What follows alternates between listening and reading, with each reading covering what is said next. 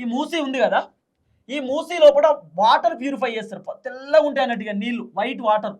తర్వాత బోటు, తర్వాత స్ట్రీములు, తర్వాత దీంట్లో హోటల్స్ పెడతారట, ఫాస్ట్ ఫుడ్, ఐస్ క్రీమ్స్, తర్వాత ఇంకేమైనా పెడితే పెట్టవచ్చు ఇక, లేకపోతే హోటల్స్ అదోటి ఇదోటి దీంట్లో పెడతారు. ఇదంతా కూడా బిజినెస్ కోసం అంటే మూసీ చుట్టుపక్కల ఉన్నటువంటి వాళ్ళంతా ఇక్కడ దందా చేసుకోవచ్చు.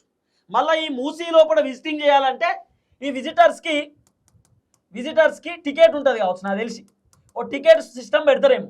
ఈ టికెట్ బిజినెస్సే, మూసీ లోపల హోటల్స్ బిజినెస్సే, మూసీ లోపల హోటల్స్కి, తర్వాత ఫుడ్ స్టాల్స్కి, తర్వాత ఏమైనా థియేటర్లు, లేకపోతే ఏమైనా గేమ్స్ ఆడుకోవడానికి, బోట్లకు, స్ట్రీమింగ్కి, అన్నిటికీ బిజినెస్సే కావచ్చు.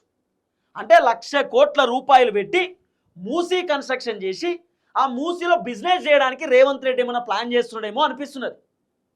అందుకే రేవంత్ అన్న ఇప్పుడు నేను మూసీ అంటే ఏమంటారు చాలామంది జనం, మూసీ ఎక్కడిది, మేము ఎన్నో సంవత్సరాల కాంచెలు ఉంటున్నాం, మూసీ పేరుతోటి మా జీవితాలు ఆగం చేస్తున్నారు, మూసీ పేరుతోటి మా బతుకులు రోడ్ల మీద తీసుకొస్తారు, మేము ఒప్పుకోమని చాలామంది జనాలు చెప్తున్నారు కదా. అందుకే ఇప్పుడు రేవంత్ అని ఏం చేస్తున్నాడు, మూసీ అంటే జనాలు వ్యతిరేకంగా ఉన్నారు కాబట్టి ఇక మూసీ అని అనవద్దు, ఏమనాలే, గాంధీ విగ్రహం పెడుతున్నాం, గాంధీ విగ్రహం వ్యూ పాయింట్.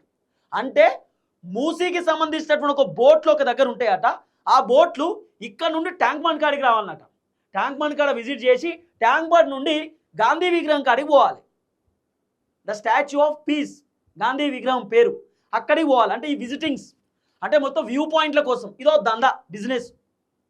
గాంధీ విగ్రహం పెట్టొద్దంటలేం, ఫ్రీడమ్ ఫైటర్ అయిన అద్భుతమైనటువంటి వ్యక్తి, మన దేశం కోసం అనేకమైనటువంటి అద్భుతాలు చేసినటువంటి వ్యక్తి, గాంధీ విగ్రహం పెట్టాలి వద్దంటలేం. కానీ గాంధీ విగ్రహం పేరుతోటి మూసీని మేము అద్భుతాలు చేస్తాం, సుందరీకరణ చేస్తాం అని చెప్పి మూసీ పేరుతోటి దందా చేయడానికి, బిజినెస్ చేయడానికి రెడీగా ఉన్నారు కొంతమంది అనేది వినబడుతున్నటువంటి చర్చ.